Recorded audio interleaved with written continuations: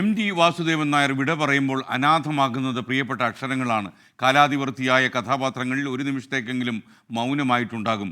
കോഴിക്കോട് മിഠായി തെരുവിലെ പുസ്തക പുരകളിൽ ഇരുന്ന പുസ്തകം തിരയുന്ന MD ഇനി ഓർമ്മകളിൽ.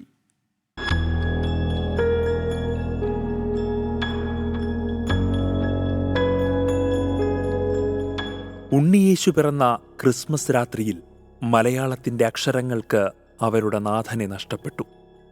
ദ്രൗപദിക്ക് ഏറ്റവും ഇഷ്ടപ്പെട്ട കല്യാണ സൗഗന്ധിക പൂക്കൾ തേടിപ്പോയ ഭീമൻ, കാത്തിരിപ്പിൻ്റെ പര്യായമായ മഞ്ഞിലെ വിമല, ഭ്രാന്തൻ വേലായുധൻ, കുട്ടിയേടത്തി, കാലത്തിലെ സേതു, അങ്ങനെ എണ്ണമറ്റവർ തേങ്ങലടക്കാൻ പാടുപെട്ടിട്ടുണ്ടാവാം.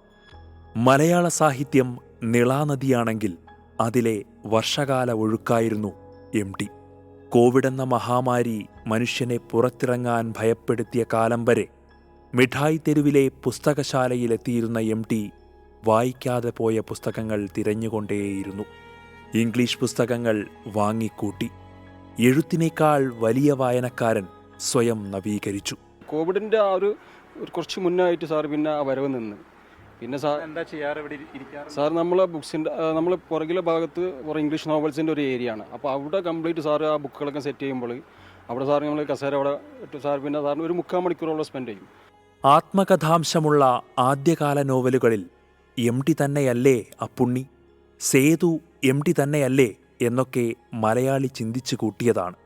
സേതുവിന് സേതുവിനോട് മാത്രമേ ഇഷ്ടമുള്ളൂ എന്ന് കഠാര കുത്തിയിറക്കുന്ന നോവോടെ വിമല പറയുന്നുണ്ട്. പുതുതലമുറ കൊതിയോടെ വായിക്കുന്നു, പുതിയ അടരുകൾ കാണുന്നു.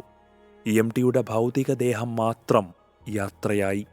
കാലവും ദേശവും കടന്ന് രചനകൾ തിളങ്ങുകയാണ്.